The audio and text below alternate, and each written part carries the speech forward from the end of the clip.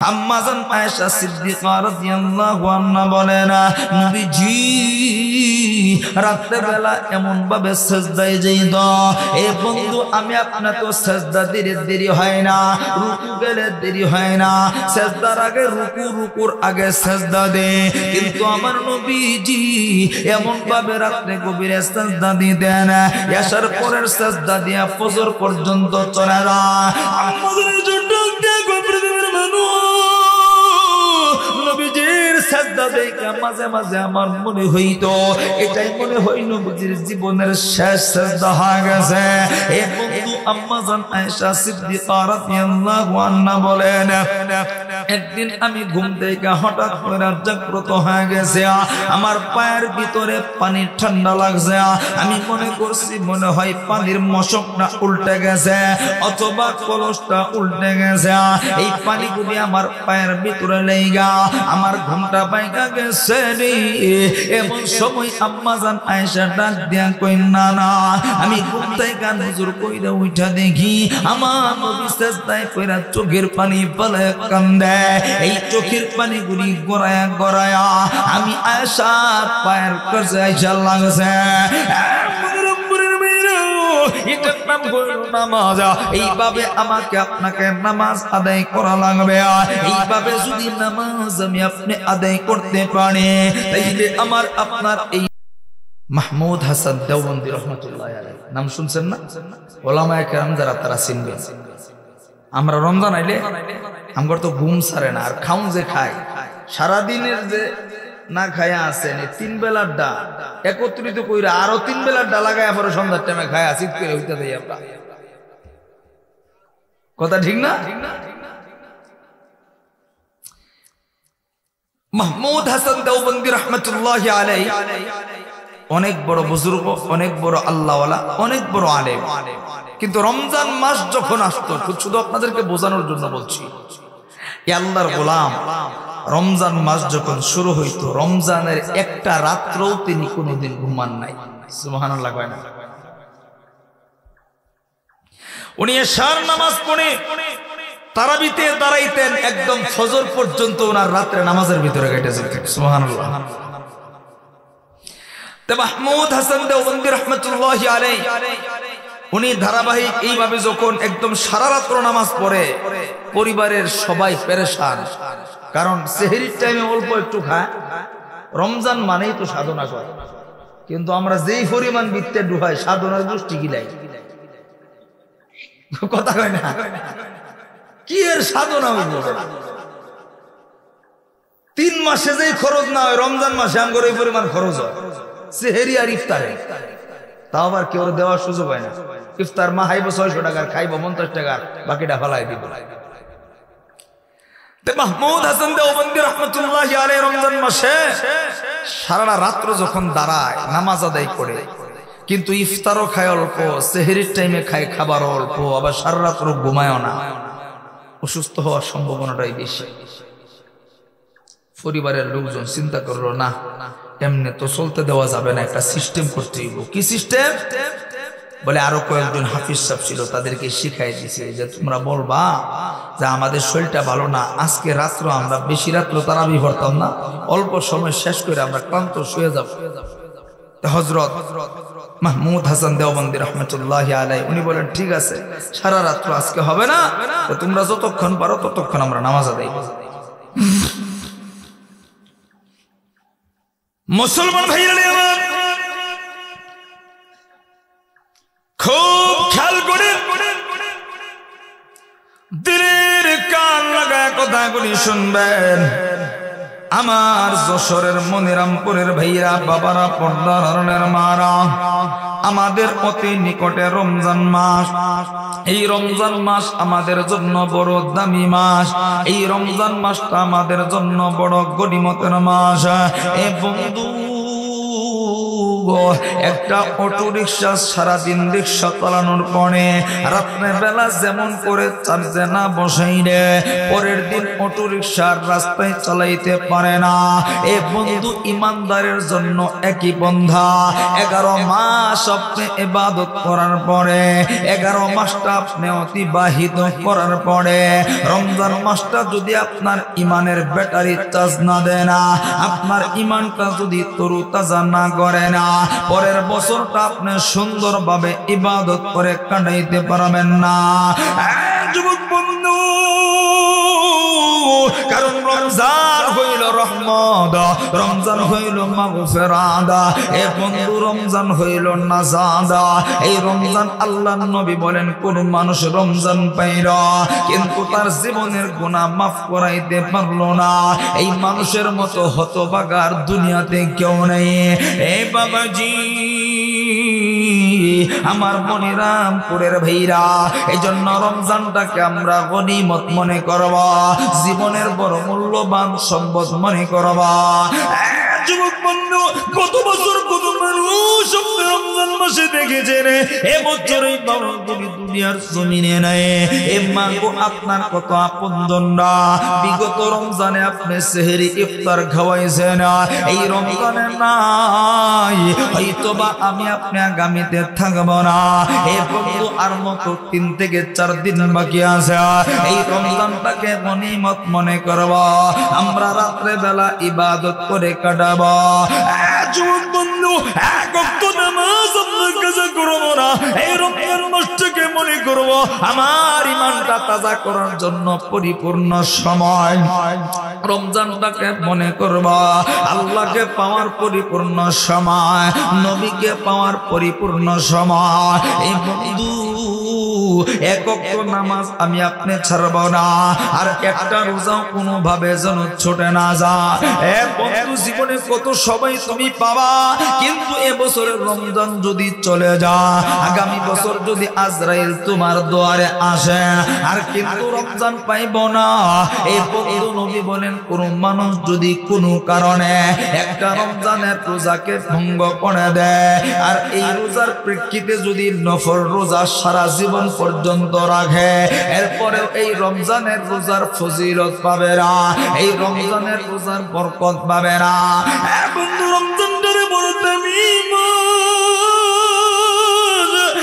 একটা ইবাদত করলে আমার আল্লাহ এই রমজান মাসে একটা ইবাদত করলে 70 গুণ বাড়ায় দেয়, একটা আমল করলে আল্লাহ 70 গুণ নেকি বৃদ্ধি করে দেয়। এ বন্ধু, এটা বড় দামি মাস, এজন্য রমজান মাসে আমি আপনি শুধু একা একা ইফতারি খাবো না, আমার আপনার আশপাশে যে গরিব মানুষগুলি আছে তাদেরকে আমি আপনি ইফতার দিয়া সহযোগিতা করব। কিন্তু আমি আপনি বুঝি না, আল্লাহর নবী বলে কোন মানুষ যদি রমজানে একটা রোজাদারকে একটা খেজুর খাওয়া অথবা 1 গ্লাস পানি পান করায়, আমার আল্লাহ রোজা রাখার সম পরিমাণ নেকি দিয়া আল্লাহ ধন্য করে দিবে। মনিরামপুরের বীর আমার যশোর ডিস্ট্রিক্টের বন্ধুরা, পর্দার আড়ালের মারা, এজন্য রমজান মাসটা বড় গনিমত মনে করবা। এ বন্ধু, আমি আপনি হেলাই ফেলাই কাটায় যদিও সারাটা দিন কোন রকম কষ্ট কইরা রোজা রাখি, কিন্তু মাগরিবের পর অনেক মানুষ আছে টিভি দেখে, মোবাইলে গান সিনেমা দেখা তার রমজানটারে অতিবাহিত করে। এ বন্ধু, এইভাবে রোজা হবে না। এ বন্ধু, এটার নাম পরিপূর্ণ রোজা হবে না। এজন্য রমজান মাসটা এমন ভাবে কাটাবো আমার জবান দিয়া যেন কোনো গুনাহ না হয়, আমার হাত দিয়া যেন কোনো গুনাহ না হয়, আমার চোখ দিয়া যেন কোনো গুনাহ না হয়, আমার অন্তর্দৃষ্টি দিয়া যেন কোনো গুনাহ না হয়। এ বন্ধু, পরিপূর্ণ পবিত্র হইয়া একগ্রতার সাথে আল্লাহর গোলামি করবা। এ বন্ধু, আমাদের বুজুর্গদের জিন্দেগির দিকে তাকায় দেখা। আল্লামা মাহমুদ হাসান দেওবন্দি রহমাতুল্লাহি আলাইহি কেমন করে রমজান মাসটা কাটাইরা তার জীবনের পূজাটা কেমন ভাবে অতিবাহিত করলো। এ বন্ধু মাহমুদ হাসান দেওবন্দি রহমাতুল্লাহি আলাইহি আপনি শুধু একটা নাম মনে করতে পারেন, এই সমস্ত এলাকার যারা আলেম আছে তাদের কাছে জানবেন মাহমুদ হাসান দেওবন্দি রহমাতুল্লাহি আলাইহি উনি আমার আপনার মতো সাধারণ কোনো ব্যক্তি ছিলেন না, অনেক বড় আলেম ছিলেন, অনেক বড় বুজুর্গ ছিলেন। বন্ধু তো বড় এরপরেও দেখো রমজান মাসটা কেমন করে কাটায়। আল্লাহর গোলাম সন্ধ্যার পরে ইফতারটা কইরা এশারের নামাজ কইরা সারাটা রাত নামাজের ভিতরে দাঁড়ায় যায়। ইফতার অল্প কিছু ইফতার করে, সেহরির টাইমে অল্প খাবার খায়। আমি আপনি তো গলা পর্যন্ত ভরে খায়, আসলে এটা সুন্নত না, খাবার নবী সুন্নত হইল। এ বন্ধু পেটকে তিনটা ভাগ করা, এক ভাগের ভিতরে আহার দেওয়া, আরেক ভাগের ভিতরে জল দেওয়া, আরেকটা ভাগ খালি রাখা। ঠিক আল্লামা মাহমুদ হাসান দেওবন্দি রহমাতুল্লাহি আলাইহি রমজান মাসে এইভাবে তিনি ইফতার করেন, একই নিয়মে তিনি সেহরির খাবার খান। কিন্তু আল্লামা মাহমুদ হাসান দেওবন্দি রাহমাতুল্লাহি আলাইহি সারাটা রাত আল্লাহ গোলাম ঘুমায় না, হাফেজ সাহেবদেরকে নিয়ে তারাবির নামাজ পড়ে। এবং এইভাবে যখন তারাবি পড়তে থাকে পরিবারের মানুষ চিন্তায় পড়ে গেল, হুজুর তো বড় অসুস্থ হয়ে যাবে, মুরিদানরাও বড় অসুস্থ হয়ে যাবে, হুজুর মুরিদানরাও বড় চিন্তিত। এবার সবাই পরামর্শ কইরা একটা বুদ্ধি বের করলো, না না এইভাবে হবে না, হুজুরকে মাঝে মাঝে রেস্টে দেওয়া দরকার। এবার পরিবারের লোকজন ডাক দিয়ে কই, হাফেজ সাহেব তোমরা হুজুরকে বলবা আমাদের শরীরটা বড় ক্লান্ত, আমরা আজকে সারা রাত নামাজ পড়তে পারবো না, অল্প সময়ের ভিতরে নামাজ শেষ করে দেবা। আল্লামা মাহমুদ হাসান দেওবন্দি রাহমাতুল্লাহি আলাইহি পর উপকারকে বেশি পছন্দ করতেন। এই চিন্তা কইরা ডাক দেয়া কই, ঠিক আছে তোমরা যেমনে চাইবা এমনি নামাজ পড়বা। এবার ইমাম সাহেব নামাজ পড়াইয়া এ বন্ধু অল্প সময়ের ভিতরে তারাবি শেষ কইরা মাহমুদ হাসান দেওবন্দি রাহমাতুল্লাহি আলাইহি হাফিজে কোরআনদেরকে রুমের ভিতরে ঘুম পাড়াইয়া হুজুর বাহিরে শুয়ে গেছে। রাতটা যখন গভীর, মাহমুদ হাসান দেওবন্দি রাহমাতুল্লাহি আলাইহি ওনার দুই চোখের ভিতরে কোনো ঘুম নাই। এটার কারণ হইল, কারণ রাত্রে বেলা ওনার ঘুম আসে না, কারণ সারাটা রাত্র ইবাদত কইরা অভ্যস্ত। আল্লাহর গোলাম, আল্লাহর ওলি এবার কি করবে, কি করে কেমনে ইবাদত কইরা কাটানো যায়। এজন্য যে হাফেজরা তারাবি পড়ায় এই হাফেজের পায়ের কাছে যাইয়া রাত্র গভীরে পা গুলি সুন্দর কইরা টিপা দেয়। সুবহানাল্লাহ করেন, আল্লাহু আকবার করেন। রমজান মাস একটা মিনিট তাদের কাছ থেকে বিদায় নেবে এই সুযোগ নাই। আর আমাদের ইবাদত করার সময় আমরা অনেকে পাই না।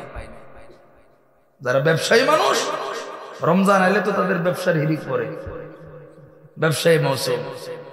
কিন্তু আপনি ইমানদার, আপনার জন্য রমজান মাস হইল ব্যবসার মৌসুম, ইমান তাজা করার ব্যবসার মৌসুম, ইবাদত বেশি উপার্জন করার ব্যবসার মৌসুম হচ্ছে রমজান মাস। কথা ঠিক না? কিন্তু আফসোস আমরা রমজান মাসে ইবাদত করবো কখন? সময় তো নাই আমাদের। দেখেন না তারাবির কি অবস্থা, তারাবি তো হরে না, মনে হয় ফাঁসার ভিতরে মেশিন লাগাই দিচ্ছে, খালি বট বট বট বট করতেছে সামনে দাঁড়ায়। কথা গায় না, কথা ঠিক না? জোরে কয়েন, ঠিক না হইলে ওইটাও কয়েন, হুজুর আপনার এটা ঠিক না। মুসলমান আমগর প্রায় মসজিদে হুজুর তারাবি হয় না। আমি নিজে যতটুকু বুঝি, এখন আপনারা একটু বুঝেন জানি না, এটা তো তারাবি না। আপনার নিজের বিবেকের একটু প্রশ্ন করেন তো। আপনারা হাফেজ নিয়োগ দেন, কই যেই যত দ্রুত করতে পারে তারে নিয়োগ দেন। কারেন্ট তারাবি, মাশাআল্লাহ। এই মিয়া, আপনি নিজের প্রশ্ন করেন, নিজের বিবেককে একটু জিজ্ঞাসা করেন। আপনি নামাজে দাঁড়াইলেন, আপনি আপনার চাচার সামনে দাঁড়ায় কত আদবের সাথে কথা বলেন, আপনার উস্তাদের সামনে দাঁড়ায় কত শ্রদ্ধা ভক্তি ভালোবাসা নিয়ে কথা বলেন। সালাম দেন আসসালামু আলাইকুম ওয়া রাহমাতুল্লাহ, এই বোন কিটি হাতুরে নিবি,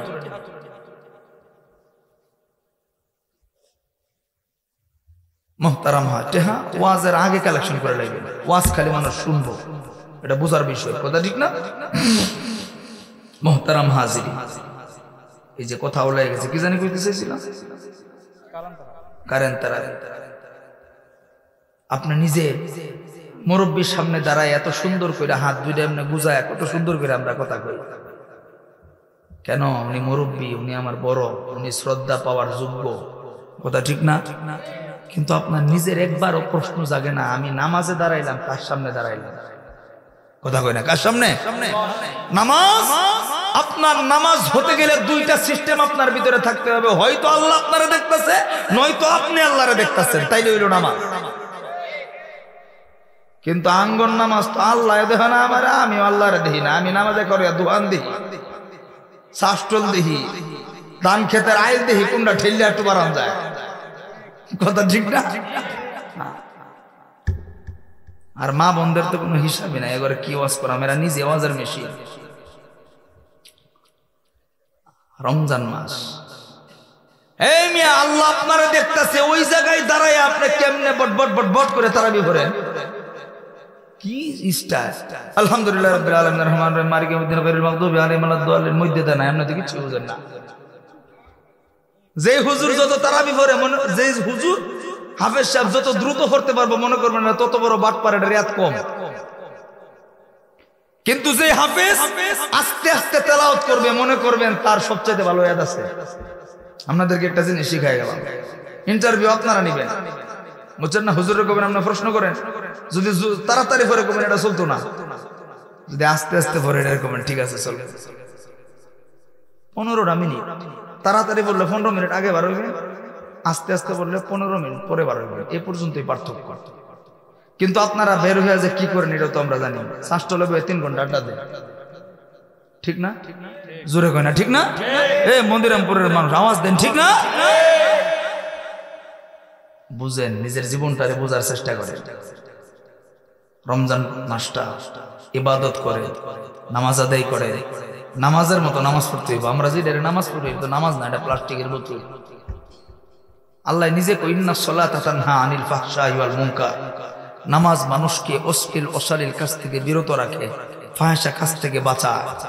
কিন্তু আমরা তো এমন দেখি নামাজ পড়ে সুদ খায়, আমরা তো এমন দেখি নামাজ পড়ে ঘুষ খায়, আমরা এমন দেখি নামাজ পড়ে বোনের ওয়ারিশ দেয় না, আমরা এমন দেখি নামাজ পড়ে মানুষের গালি দেয়, আমরা এমন দেখি নামাজি ব্যবসায়ী ওজন ভেজাল মিশাইয়া দেয়।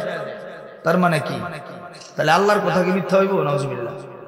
আল্লাহটাই ঠিক, আমরা নামাজ পড়ি কিন্তু আমাদের নামাজ ঠিক নাই, আমাদের নামাজ হয় না। আমরা নামাজে তো আমরা নামাজ ভঙ্গের কারণ কয়টা কোন দিকে? 19টা। কয়টা? এ কই যায়, কই যায় বাবা, কই যা? যাক, এখন ছুটি, যারা যাই বোঝা। এখন যেটা করতেছে এটা হলো ওয়াজ, যারা সুর দিছি ওটা ওয়াজ না, ওটা হলো মনের সান্ত্বনা। নামাজ ভঙ্গের কারণ কয়টা? 19টা। কয়টা?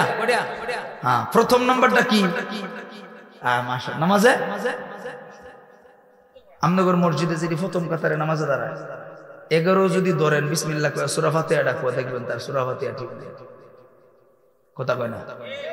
আমাদের মুসল্লির এই মিয়া নামাজ তো ঠিকই পড়ে, কিন্তু 70টা বছর ধরে নামাজ পড়েন, কোনদিন কি আপনি ইমাম সাহেবরে কইছেন হুজুর দেখেন তো আমার সূরা ফাতিহাটা কোন পর্যায়ে আছে? কি লাভ? এই সূরা ফাতিহা অশুদ্ধ কইরা তো আপনার নামাজ হয় না। এই কারণেই তো আমার আপনার গুনাহ ছাড়তে পারি। 50টা বছর ধরে নামাজ পড়েন আপনি, কিন্তু আপনি গুনাহ ছাড়তে পারেন না। কিন্তু আপনাকে জায়গা মতো হাত দিচ্ছেন যে নামাজ পড়ে কিন্তু গুনাহ হয় কেন? এটার কারণ ওই যে আপনি নামাজে প্রথমেই তো আপনি সূরা ভুল করছেন, আপনার নামাজ হয় না। এখানে এমন মানুষ আছে, আমি যদি জিজ্ঞেস করি বাবা আপনি সূরা ফাতিহাটা পড়েন, পারবে না। আমার দিলের বিশ্বাস, আপনাদের কি বিশ্বাস? পারবে? অনেকে পারবে, কিন্তু সেও মুসলমান, সেও নামাজ পড়ে প্রথম কাতারে, লাভ কি? নামাজটা এমন ভাবে করতে হবে অন্তত পক্ষে 4টা সূরা আমাকে আপনাকে একদম এ টু জেড সহিশুদ্ধ জানতে হবে, যতটুকু আয়াত হইলে নামাজ হয়। রমজান মাস সামনে, অবহেলা করেন না। এখন আপনার লজ্জা লাগে ইমাম সাহেবের জিগাইলে, হুজুরের জিগাইলে লজ্জা লাগে, কিন্তু কবরে যখন করবো এই লজ্জা কই রাখবে? হাসর ময়দানে যখন আপনি 70 বছর ধরে নামাজ পড়েন, 60 বছর ধরে নামাজ পড়েন, হ্যাঁ, আল্লাহ যখন জাহান্নামের দিকে ঠেল্লা দিব, তখন আপনার ছেলে তাকায় দেখবো, কিরে আব্বারে তো দেখলাম 60 বছর নামাজ পড়ছে, এরপরেও জাহান্নামে যায়। ছেলে জিগাই বয় ফেরেশতারা, আব্বারে কি লিগে জাহান্নামে দিতেছে? কইব তোর বাপের নামাজ হয়েছে। ওই দিন লজ্জা কই রাখবে। এজন্য মা বোনরা, অনেক মা বোন নামাজ পড়ে ঠিকই, কিন্তু সূরা ফাতিহা জানে না। এজন্য রমজান মাস আমাদের সামনে আসছে, আমরা নামাজটাকে সুন্দর করে, তেলাওয়াতটাকে সহিশুদ্ধ করে আমরা পড়বো ইনশাআল্লাহ। রোজা রাখলেই চলবে না, নামাজ পড়া লাগবে। রমজান মাসে এক ওয়াক্ত নামাজ যেন ছুটে না যায়, তারাবি যেন ছুটে না যায় ইনশাআল্লাহ। নামাজ অনেক দামি গুরুত্বপূর্ণ একটা ইবাদত। মুসলমান ভাইরা আমার, নামাজ এমন একটি ইবাদত, এমন একটি আল্লাহর গোলামি।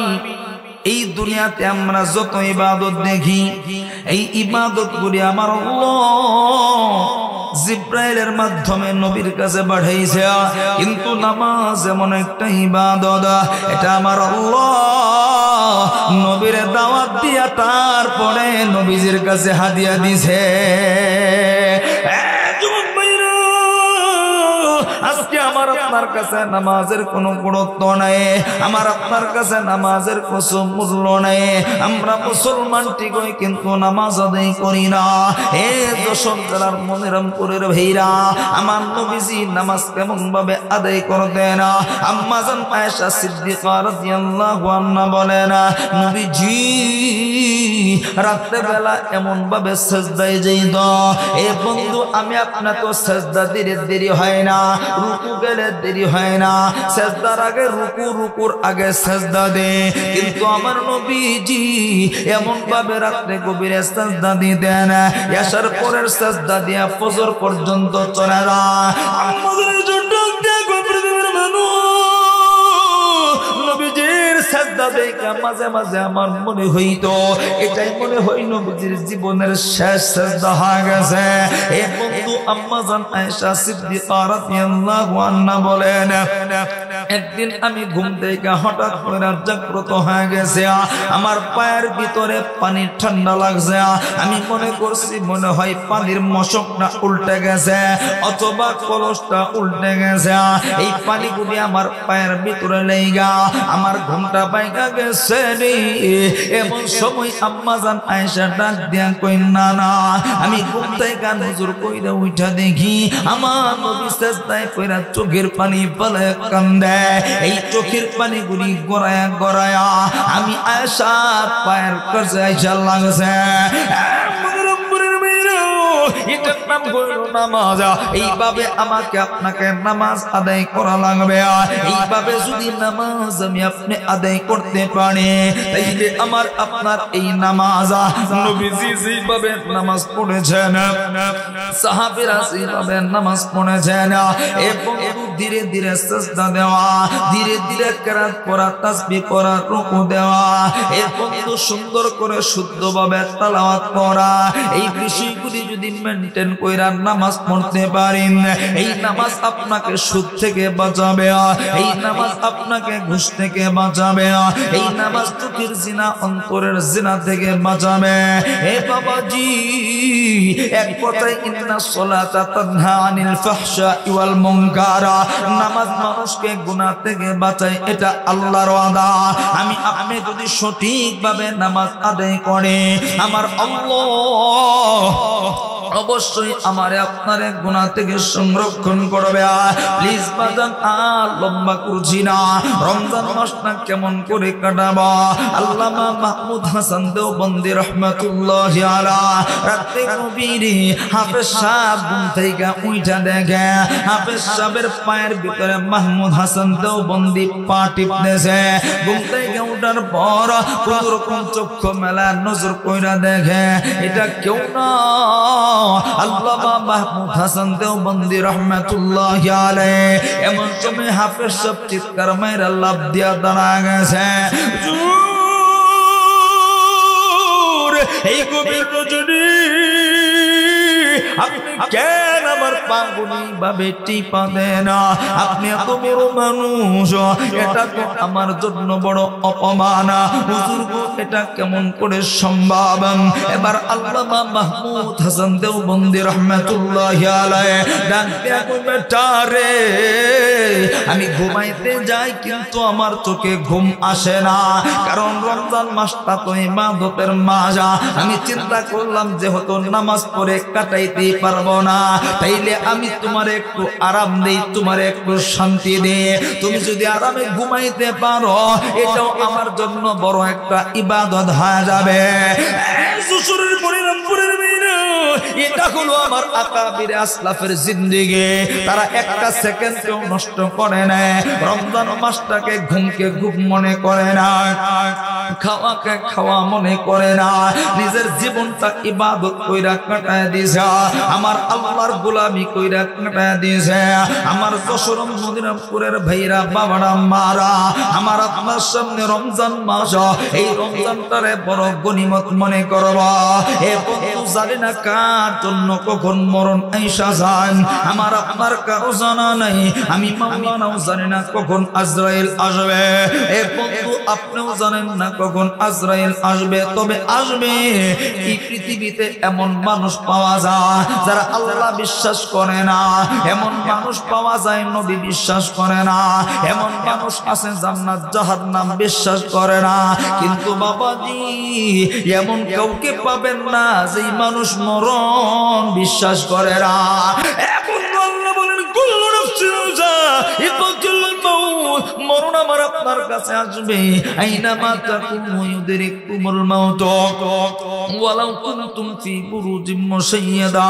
এই মরণ থেকে আমি আপনি পালাইতে পারবো না যত বিশাল মজবুত অট্টালিকার ভিতরে লুকাই না কেন এই জায়গাতেও আজরাইলটা চলে আসবে এই যশোর রামপুরের ভাইরা আমার আপনার কাছে তো মরণ আসবে এ বন্ধু মরতে তো হবে কিন্তু জীবনে কত গুনাহ আমি আপনি করলাম না একটু কোনদিন বালিশে মাথা লাগাইয়া অথবা গুরুস্থানের সামনে দাঁড়াইয়া আমি আপনি চিন্তা করতে পারলাম না হাইরে জীবনের 30টা বছর কাটায় দিলাম জীবনের 50টা বছর 70টা বছর কাটায় দিলাম এই কবর তো যাব কিন্তু আমি কি নিয়া কবরে যাব এমন কেউ চিন্তা করো নি আজকের ময়দানে তুমি একটু চিন্তা করো তারপরে বন্ধু বাড়িতে যাইবা জীবনে কত গুনাহ করছো মৃত্যুর বুড়া কাবা কইরা দেখো না গুনার জন্য দুই ফোঁটা চোখের পানি পড়ে কিনা এ বন্ধু কোন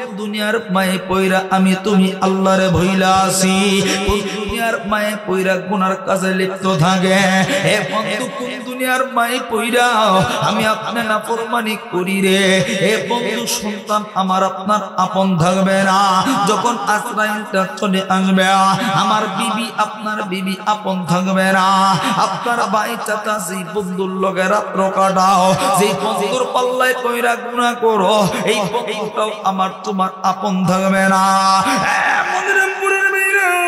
একটু তুমি চিন্তা করে দেখো না আমার কথাগুলি তুমি মিলাইতে পারো কিনা তোমার দিলের ভিতরে বুঝটা ঢুকাইতে পারো কিনা এ বন্ধু আমি কথাগুলি বলছি দেখো না কেউ আমার তোমার আপন না এই মুহূর্তে যদি আজরাইলটা আসে আমি আপনি যদি 5 তলার উপরেও থাকি এ বন্ধু বড় শখ কইরা 5 তলা বানাইছি একটা 5 তলা হালাল টাকা দিয়ে বানাইতে গেলে এ বন্ধু এত সহজেই বানানো যায় না বড় কষ্ট কইরা 5 তলা বানাইছো এই 5 তলার উপরে লক্ষ টাকার খাটে তুমি ঘুমাইছো এই মুহূর্তে যদি আজরাইলটা চলে আসে এ বন্ধু সন্তান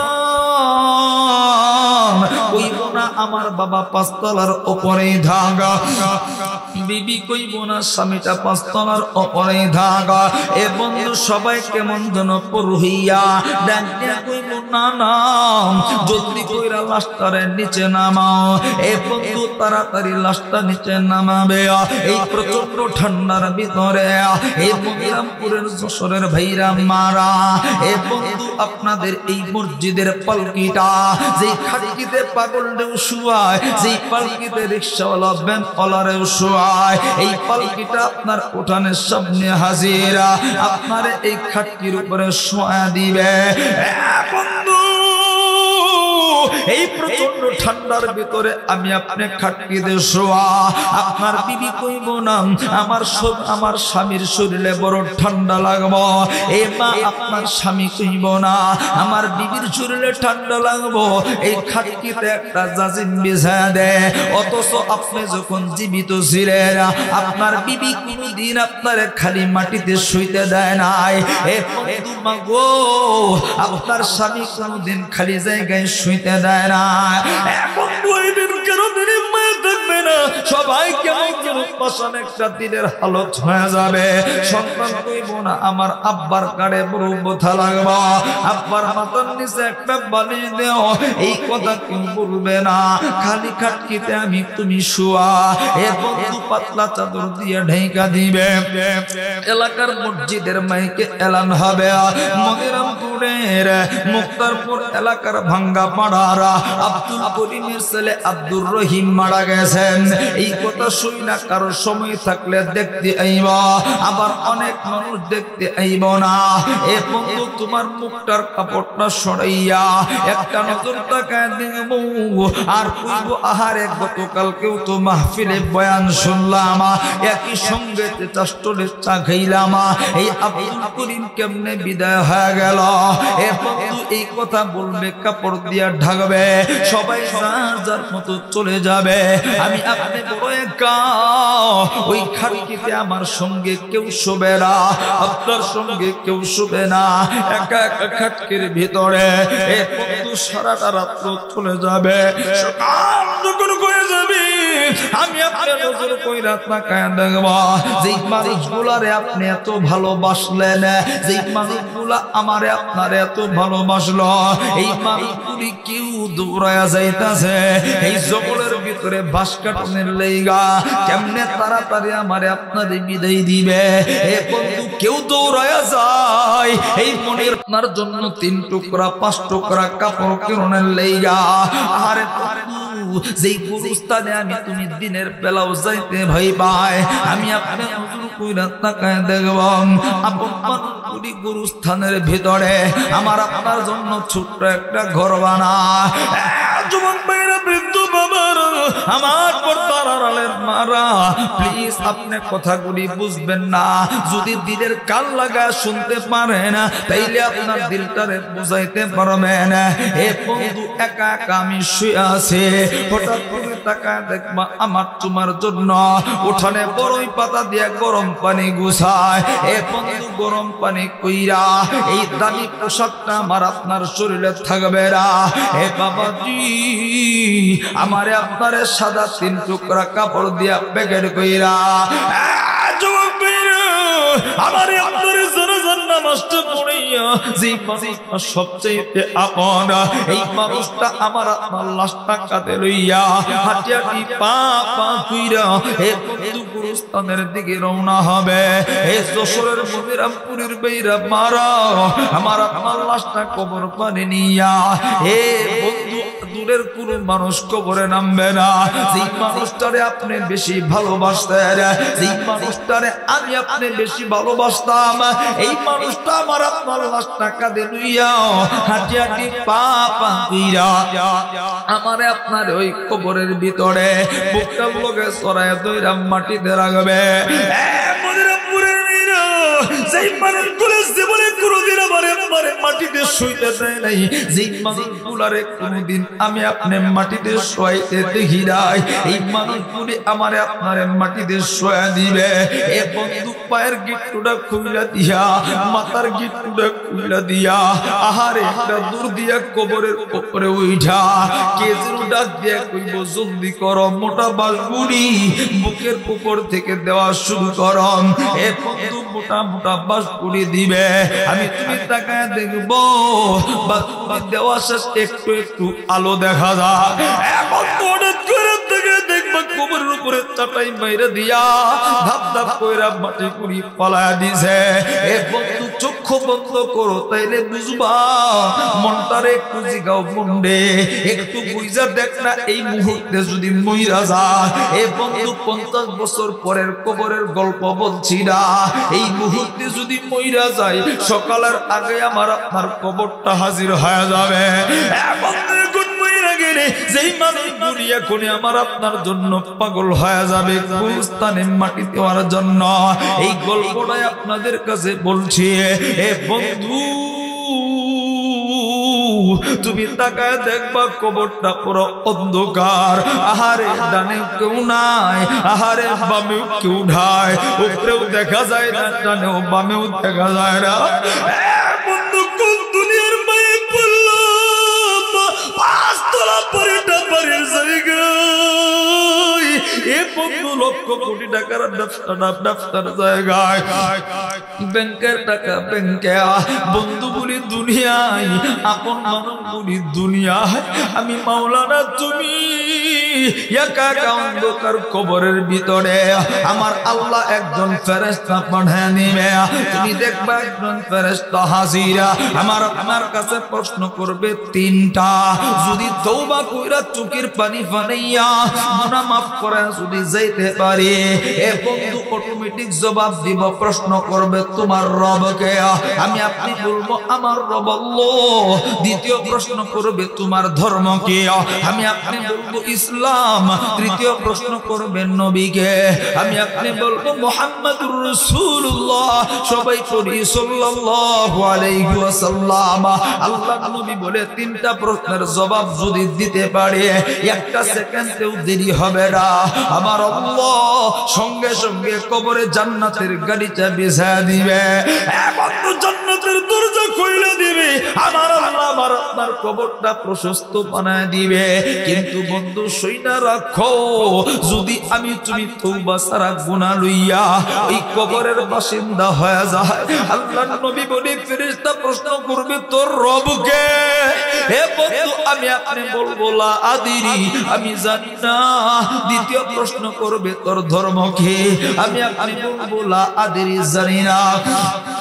তৃতীয় প্রশ্ন করবেন নবীকে, আমি আপনি বলবো লা আদরি, জানি না।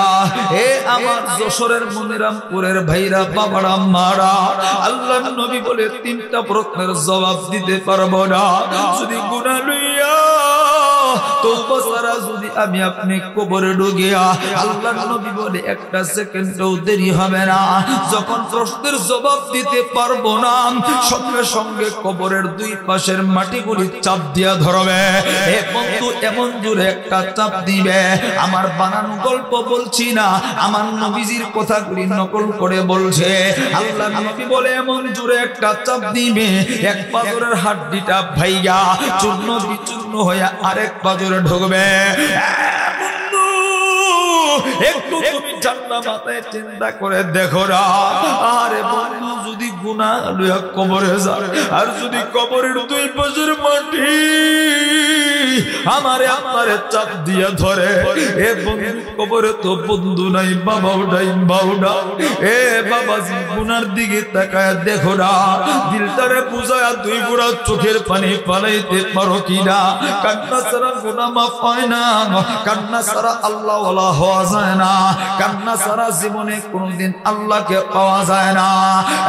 বন্ধু কাঁদতে পারে তারা গুনার জন্য অনুতপ্ত হয় যারা, আমার নবীর সাহাবীরা যখন জাহান্নামের কবরের বয়ান শুনতো এবং নবীর সামনে মাটিতে গড়াগড়ি কইরা সাহাবীরা পাগলের মতো কান্না করত, কিন্তু আমার তোমার দিলের কোনো আঘাত হয় না, আমার তোমার চোখে এক ফোঁটা পানি আসে না।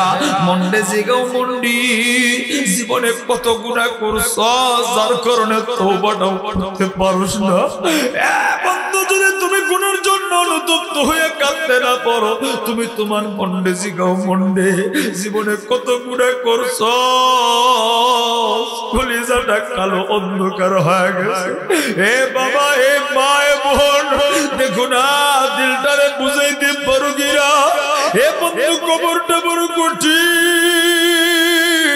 আমার মায়ের নবী বলেন, যদি গুনার তওবা ছাড়া কবরে যায়, আমার আল্লাহ কবরে জাহান্নামের আগুন ঢুকায়া দিবে।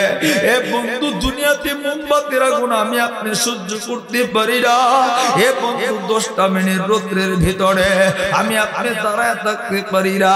একটু চিন্তা করে দেখেন না, যখন আমি আপনি কবরের ভিতরে জাহান্নামের আঁকড়ায় পড়বা, এ বন্ধু, যখন কবরে আল্লাহ জাহান্নামের আগুন গুলি দৌড়াইয়া দিবে। এ বন্ধু, দুনিয়াতে আগুন লাগলে দূর দিয়া পানিতে নামা যায়, কত সন্ধান, কত সুস্থতার জন্য চিকিৎসা পাওয়া যায়, কিন্তু বন্ধুরে চিন্তা করে দেখো, যখন কবরে আল্লাহ জাহান্নামের আগুন ধরায় দিবে, পালানোর তো কোনো সুযোগ নাই, রাস্তায় যায় না, ঘরের ভিতরে সাপ থাকলে ঘরে ঘুমাই না। একটু চিন্তা করে দেখেন না, যদি আমার আপনার কবরে আমার আল্লাহ জাহান্নামের সাপগুলি ঢুকায় দেয়, এ বন্ধু কোথায় পালাবো? আমার আপনার পালা পুরোর সুযোগ নাই। এ বন্ধু, কবর বড় কঠিন। নবী বলেন, বিচ্ছু করি নাক দিয়া ঢুকবে, আমার আপনার কান দিয়া ঢুকা দেহটারে কামড়ায় খাবে।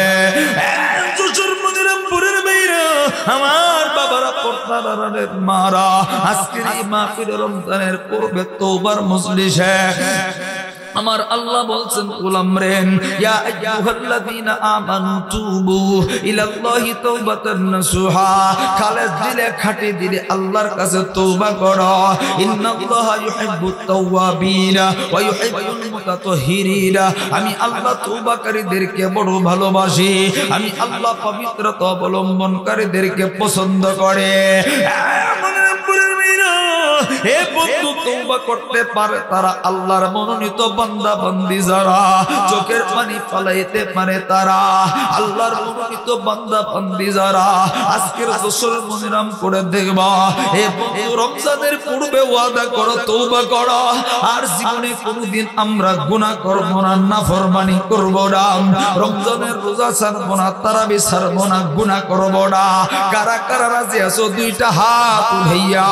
হে বন্ধু, গুনার দিকে তাকাইয়া, এ যার যার গুনার দিকে তাকাইয়া, জবানটা কইলা চোখের পানি ফালাইয়া আমার আল্লাহরে ডাক দাও না, দিকিরে আল্লাহ।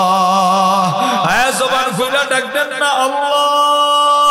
হে বন্ধু, মায়া কইরা আমার আল্লাহরে ডাক দেন না আল্লাহ।